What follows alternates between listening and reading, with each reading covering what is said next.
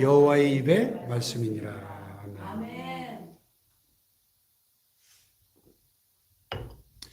미국의 리 스트로벨 목사님이 쓰신 책 중에 은혜, 하나님의 은혜 이런 책이 있습니다. 이 책에 보면 코디 허프라는 분의 인생 스토리가 나옵니다. 어느 날 이 코디 허프는 라스베가스의 한 피자집 뒤편에 쓰레기통에서 먹을 것을 찾다가 갑자기 자신의 절망스러운 처지가 마치 쇠망치처럼 머리를 쿵 하고 때렸습니다. 결국 이거구나.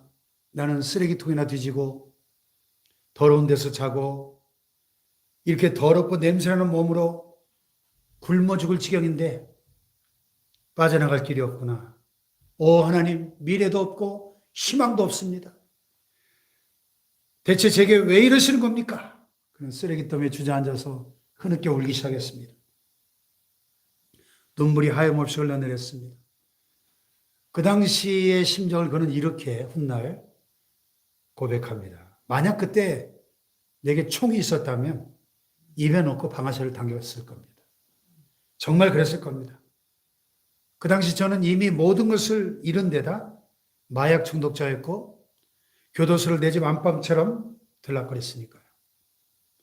기피 대상 노숙인으로 살다 보니 자존감이라는 건 손톱만큼도 남지 않더군요. 제 자신이 싫었고 제 인생도 싫었고 하나님도 싫었습니다. 이렇게 조용히 고백하는 그의 두 눈에 눈물이 주르르 흘러내렸습니다. 그날 저는 완전히 밑바닥까지 떨어져 버렸습니다. 더는 내려갈 데가 없었죠. 너무 배고프고 기진맥진하고 절망적이고 수치스러웠습니다. 아무것도 남은 게 없었습니다. 그런 기분을 아십니까? 저에게는 아무것도 없었고 저는 아무것도 아니었습니다. 그는 사정없이 파멸로 치닫고 있었습니다. 그는 강도, 마약 밀매인, 화폐 위조범, 사기꾼이었습니다. 주먹에 맞고 총격을 당하고 칼에 찔렸습니다. 돈방석에 앉았다가 필로폰과 헤로인으로 다 날려버렸습니다. 곤두박질 치던 그의 삶이 어느 순간 완전 밑바닥에 이르렀습니다. 그런데 그 순간이 끝인 줄 알았는데 알고 보니 그렇지 않았습니다. 그의 삶에도 새롭게 다시 출발할 수 있는 기회가 찾아온 것입니다. 그리고 그는 그 기회를 놓치지 않았습니다. 당시 그는 노숙자들을 섬기는 교회에 가서 도움을 받으면서 마약을 점차 줄이고 있었는데 그의 마음속에 영적 갈망이 점점 커지고 있었습니다. 3주 후에는 그 갈망이 절정에 이르렀습니다. 정말 용서받고 싶었습니다. 사실 그는 기도할 줄도 몰랐습니다. 그냥 무릎 꿇고 얼굴 땅바닥에 대고 어린 아기처럼 울부짖으며 마음을 쏟아부었습니다. 하나님, 저는 너무 지쳤습니다. 마약에 질렸어요. 제발 마약을 끊게 해주세요. 저는 지금 운전대에 앉아 늘 정면 충돌로 치닫고 있는 것만 같습니다. 하나님 운전해 주시면 안 될까요? 그동안 잘못 살아서 죄송합니다. 저의 인생을 하나님께 바치고 싶습니다. 하나님 제발 저를 새 사람이 되게 해주세요. 얼마 동안 부르짖으며 기도했는지 모르겠습니다. 한 10분, 15분쯤 됐을까요? 아멘 하는 순간 갑자기 평생 몰랐던 놀라운 평안이 밀려왔습니다. 마치 바다에서 서핑할 때 쏴 하고 덮쳐오는 파도처럼 놀라운 평안이 밀려왔습니다. 처음으로 자기 자신이 깨끗하게 느껴졌습니다. 할렐루야. 앞으로 모든 일이 어떻게 될지는 아무것도 알 수 없었지만은 바로 그 순간부터 하나님께서 마약에 대한 욕구를 깨끗이 없애주셨습니다. 그의 새 출발이 시작된 겁니다.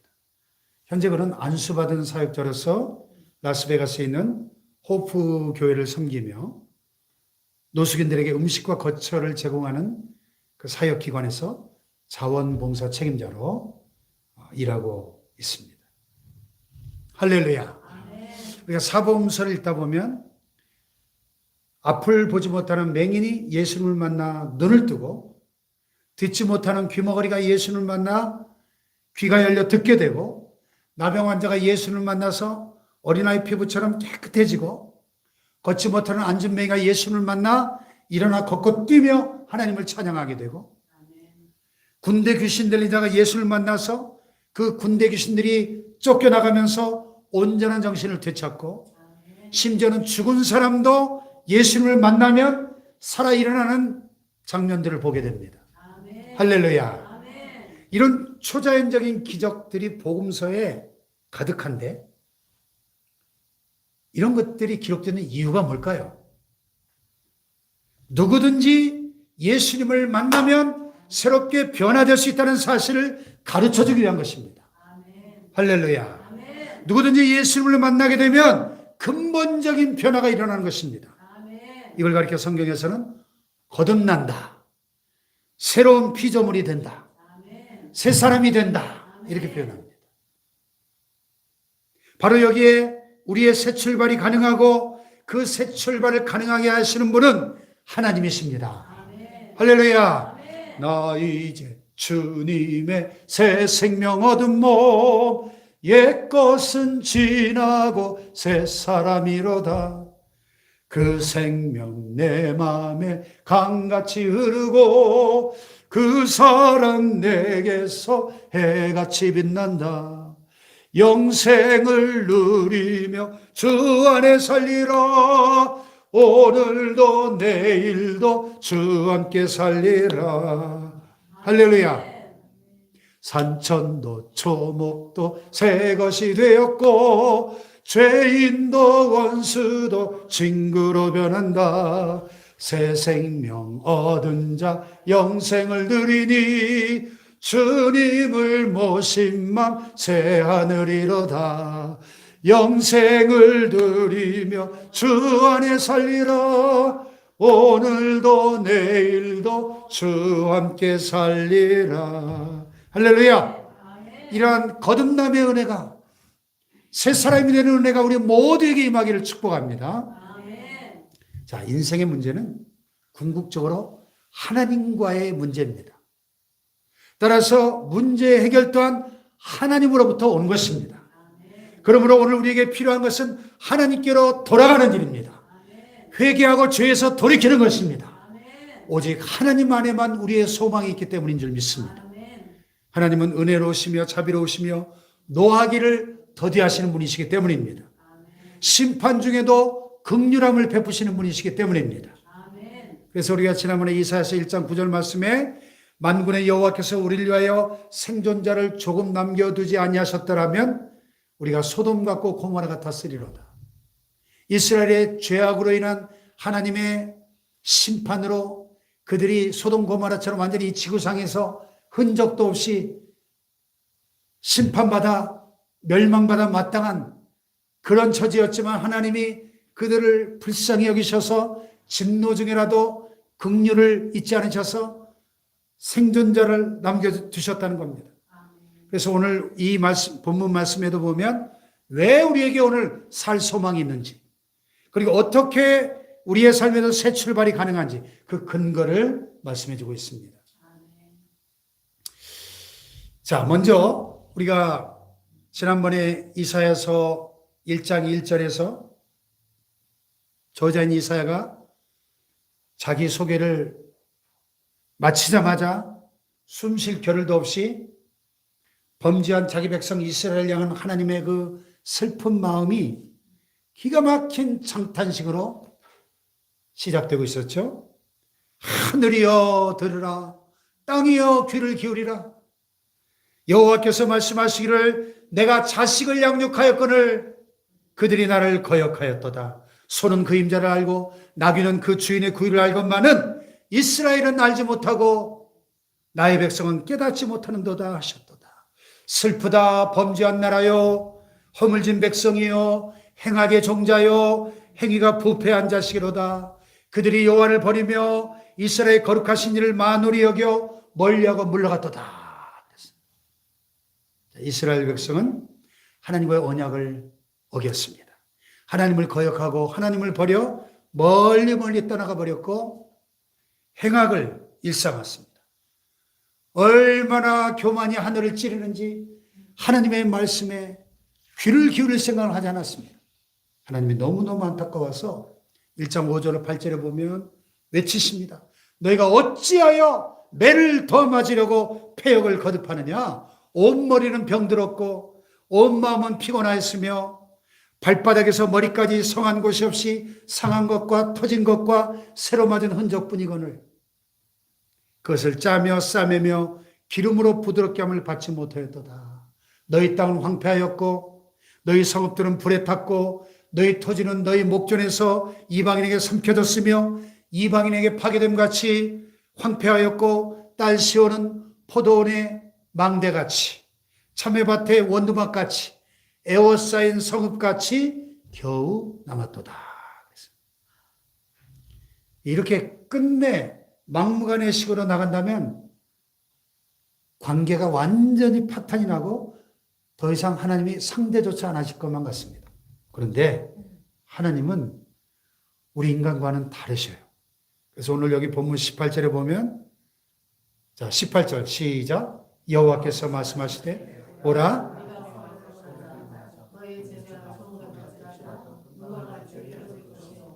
진홍같이 붉을지라도 양털같이 희게 되리라. 아멘.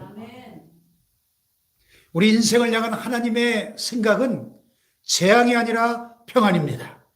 사망이 아니라 생명입니다. 저주가 아니라 축복입니다. 절망이 아니라 소망입니다.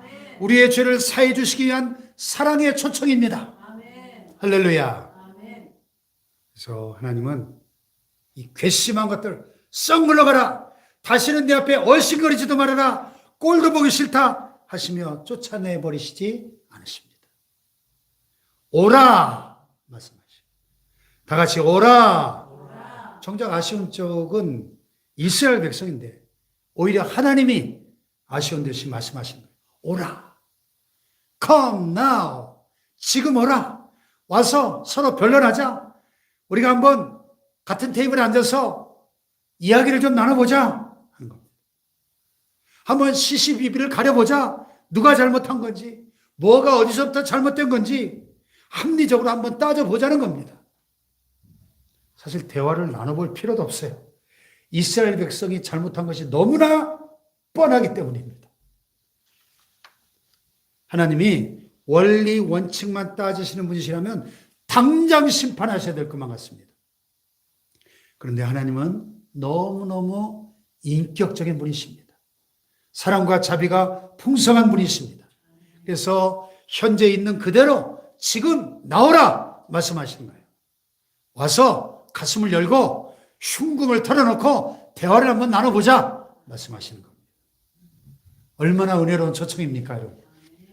하나님과의 대화는 우리의 영혼을 살리는 기적을 일으키는 것입니다. 와서 서로 변론해서 죄가 발견되면 그 다음에 어떻게 합니까? 법대로 죄값을 치러라 그랬습니까? 아니죠? 18절 하반절을 보니까 우리가 서로 변론하자. 너희 죄가 주홍 같을지라도 어떻게 해요? 눈과 같이 헤어질 것이요 진홍같이 붉을지라도 어떻게? 양털같이 희게 되리라. 할렐루야. 너무나 파격적인 판결 아닙니까? 아니 피고의 죄가 주홍 같고 진홍같이 붉으면 당연히 중형을 선고해야 마땅하죠. 근데 하나님은 그들의 죄를 친히 씻어주시겠다고 말씀하십니다. 눈과 같이 하얗게 양털같이 희게 해주시겠다고 말씀하십니다. 이게 바로 복음이죠. 죄를 지었으면 그 죄값을 치러라. 이건 율법입니다. 그런데 죄는 인간이 지었는데 그 대가는 하나님이 치르시겠다. 그래서 정결하게 해주시겠다. 이게 기쁜 소식이죠. 굿뉴스, 복음입니다. 할렐루야. 어떻게 이게 가능하죠? 사랑 때문에. 하나님의 사랑 때문에 가능한 것입니다. 사무엘하 15장에 보면 다윗의 아들 압살롬이 자기 아버지 다윗을 향해서 반역을 일으키죠. 아버지와 백성들 사이를 이간질시키고 백성들의 마음을 도둑질합니다. 그래서 마침내 쿠데타를 일으켜서 왕권을 탈취하고 아버지의 후궁들을 백주대낮에 강간합니다. 세상에 이런 처죽일 놈이 어디 있습니까? 그래서 압살롬이에요. 압살 맞아 죽을 놈. 당장 군대를 풀어서 쳐 죽여도 분이 풀리지 않을 것 같습니다. 근데 다윗은 그 백전의 노장 다윗이 자식과 싸우지 않고 야반도주하면서 피신을 갑니다. 나중에 반란을 다 진압하고 나서도 신하들에게 압살롬을 절대 죽이지는 말아라 신신당부합니다. 이런 다윗의 마음도 모르고 요압 장군이 압살롬을 죽여버리죠. 이때 압살롬이 죽었다는 소식을 듣고 다윗이 어떻게 반응하죠? 내 아들 압살롬아, 내 아들 압살롬아, 내가 너를 대신하여 죽었다면 압살롬 내 아들아 하면서 대성통곡합니다. 인간적으로 생각해 보면 도저히 이해가 되지 않습니다. 아니 아버지 등에 빗을 꽂은 그런 페르나를 향해서 어떻게 내 아들 압살롬아, 내 아들 압살롬아 5번씩이나 외치며 울며 불며 할 수 있겠습니까? 더구나 내가 너를 대신하여 죽었더라면 그렇게 말할 수 있습니까? 이게 바로 아비의 마음이요 하나님의 마음이요 십자가의 대속의 사랑입니다. 아멘. 할렐루야. 아멘. 우리는 이스라엘 백성들처럼 이 압살롬처럼 다 하나님을 대적하고 배은망덕한 죄로 하나님께 무서운 형벌을 받아 마땅한 죄인들입니다. 그런데 하나님께서 우리를 처벌하시기보다 당신의 하나밖에 없는 독생자를 대신 십자가에 못 박아 죽게 하셨습니다. 그분의 정결한 피로써 우리의 주홍같이 붉고 진홍같이 붉은 죄를 깨끗하게 다 씻어주신 줄로 믿습니다. 아멘. 할렐루야. 아멘. 이 하나님의 사랑을 어찌 다 말로 형용할 수 있겠습니까? 하늘을 두루마리 삼고 바다를 먹물 삼아도 다 기록할 수 없는 것입니다. 할렐루야. 마태복음 7장 11절에 보면 너희가 악한 자라도 자식에게는 좋은 것을 줄 줄 알거든.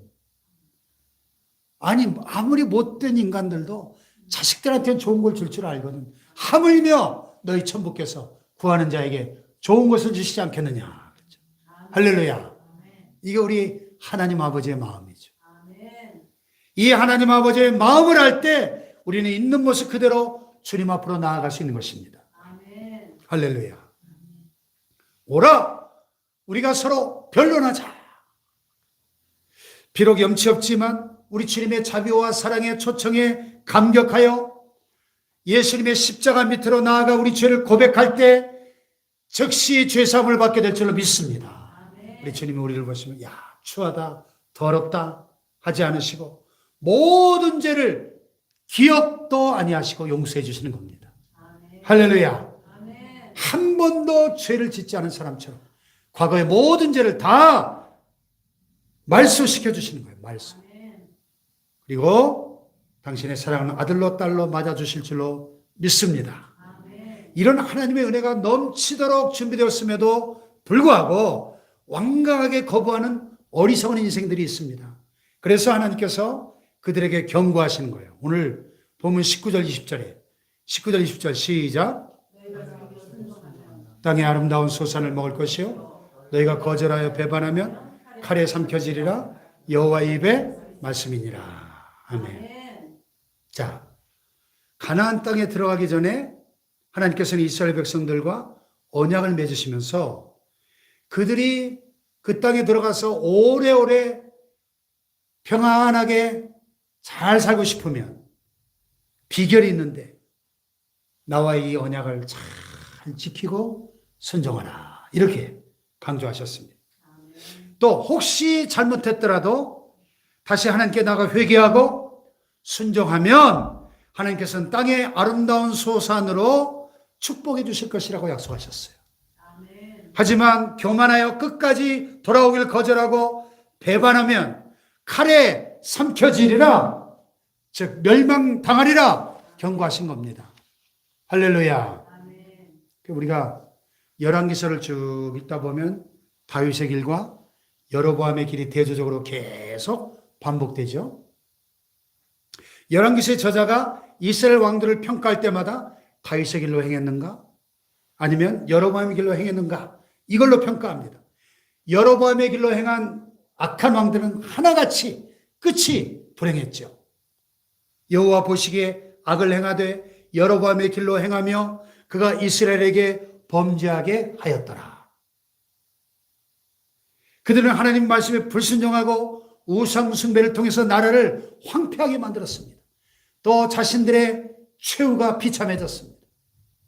반면에 다윗의 길로 행한 선한 왕들은 축복을 받았습니다. 여호와 보시기에 정직하게 행하여 그의 조상 다윗의 길로 걸으며 좌우로 치우치지 아니하였더라. 그가 어디를 가든지 하나님이 이기게 하셨더라. 강성하게 하셨더라. 형통케 하셨더라. 할렐루야. 오늘 성경은 분명하게 우리에게 가르쳐 줍니다. 우리가 축복받고 형통하는 비결이 뭐냐? 나의 지혜와 힘을 의지해서 내 멋대로 살아가는 여로보암의 길로 가는 것이 아니라 오직 하나님 말을 신뢰하고 의지하는 다윗의 길로 가야 한다고 말씀하십니다. 할렐루야. 그러기 위해서는 하나님의 말씀에 대하여 경외심을 가지고 절대적으로 순종해야 될 줄로 믿습니다. 너희가 즐겨 순종하면 땅의 아름다운 소산을 먹을 것이요. 그런데 북쪽 이스라엘 왕국은 19명의 모든 왕들이 한결같이 여로보암의 길로 직진했어요. 결국 주전 722년에 아수르 제국에 의해서 나라가 철저히 멸망을 당하죠. 자, 그 형제 나라의 그 패망을 똑똑히 목격했으면 좀 정신을 차려야 될 거 아닙니까? 남유다가. 남유다 왕국이 정신을 못 차렸어요. 결국 남유다마저 주전 586년에 바벨론 왕국에 의해서 비참하게 멸망을 당하고 다 포로로 끌려갑니다. 솔로몬이 지었던 아름다운 황금 성전은 잿더미가 되고. 왜 이스라엘 백성들이 멸망했습니까? 가나안 땅에 들어가서 부유하게 살다 보니 교만해져서 하나님을 잊어버렸기 때문입니다. 받아 누리는 하나님의 은혜를 잊어버리고 자신의 능력과 힘으로 자기가 잘나서 잘 먹고 잘 산다고 착각한 거예요. 오늘 우리도 하나님의 은혜를 잊지 말아야 합니다. 무엇이든지 당연하게 여겨서는 안 됩니다. 구원의 은총을 가볍게 여기면 안 됩니다. 잊지 말아야 돼요. 그래서 날마다 하나님께 감사하고 그 앞에서 즐거워하고 하나님을 기뻐해야 되는 겁니다. 할렐루야. 그리고 하나님께 헌신된 삶을 살고자 결단해야 됩니다. 그래야 흔들리지 않고 죄의 유혹을 이길 수 있습니다. 가나안 땅에 들어가서 잘 먹고 잘 사는 것이 목적이 아닙니다. 하나님의 백성답게 거룩하게 구별되게 사는 것이 중요합니다. 하나님과의 언약 관계를 잘 유지하는 것이 중요한 것입니다. 할렐루야. 오늘 우리도 이 하나님의 경고의 음성을 마음에 새겨야 되겠습니다. 너희가 즐겨 순종하며 땅의 아름다운 소산을 먹을 것이요. 너희가 거절하여 배반하면 칼에 삼켜지리라. 여호와의 입의 말씀이니라. 아멘. 우리가 지금 당장 주님 앞으로 나아가야 될 이유가 바로 여기에 있는 것이죠. 할렐루야. 보라, 지금은 은혜 받을 만한 때요. 보라, 지금은 구원의 날이로다. 할렐루야. 우리 누구나 죄악된 삶을 원치 않습니다. 의로운 삶을 살고 싶습니다. 그런데 의로운 삶을 살 능력이 우리 안에 없다는 것이 문제예요. 의롭게 살고 싶지만 살다 보면 결국 나는 의롭지 못하다는 사실을 발견하게 됩니다. 우리 인간에게는 스스로 개혁할 수 있는 능력도 없고 설령 개혁한다고 해봤자 작심삼일에 불과할 것입니다. 그러나 하나님께는 근본적인 변화의 능력, 사죄의 능력, 새롭게 하시는 능력이 있는 것입니다. 예수님의 보혈로 우리의 죄가 주홍 같을지라도 흰 눈과 같이 될 것입니다. 진홍같이 붉을지라도 양털같이 희게 될 것입니다. 이렇게 예수님의 피를 믿고 그 피를 의지하는 사람은 내적으로 하나님의 완전한 용서를 체험하고 성령의 능력을 힘입어서 의로운 삶을 살아갈 수 있게 될 줄로 믿습니다. 할렐루야. 여러분, 의로운 삶을 살고 싶습니까? 예수님을 믿으십시오. 오직 그 길밖에 없는 것입니다. 예수님의 피가 우리의 모든 죄를 씻어준다고 하는 것이 기독교의 신비입니다. 복음의 신비입니다. 누구든지 예수 그리스도의 피를 의지하여 죄악을 고백한 사람은 죄 사함을 얻게 되고 양심의 평안함을 누리게 되고 진정으로 의로운 새 삶을 시작할 수 있게 될 줄로 믿습니다. 할렐루야. 오직 예수님의 피 뿌림과 성령의 인도하심을 받아서 거룩한 삶, 깨끗한 삶, 하나님께서 기뻐하시는 삶을 살아갈 수 있기를 주님의 이름으로 축복합니다. 그래서 악행을 버리고 선을 행하며 순종함으로, 즐겨 순종함으로 땅의 아름다운 소산을 누리는 여러분 되시기를 주님의 이름으로 축복합니다. 할렐루야. 이 세상의 모든 죄를 밝히시는 주의 복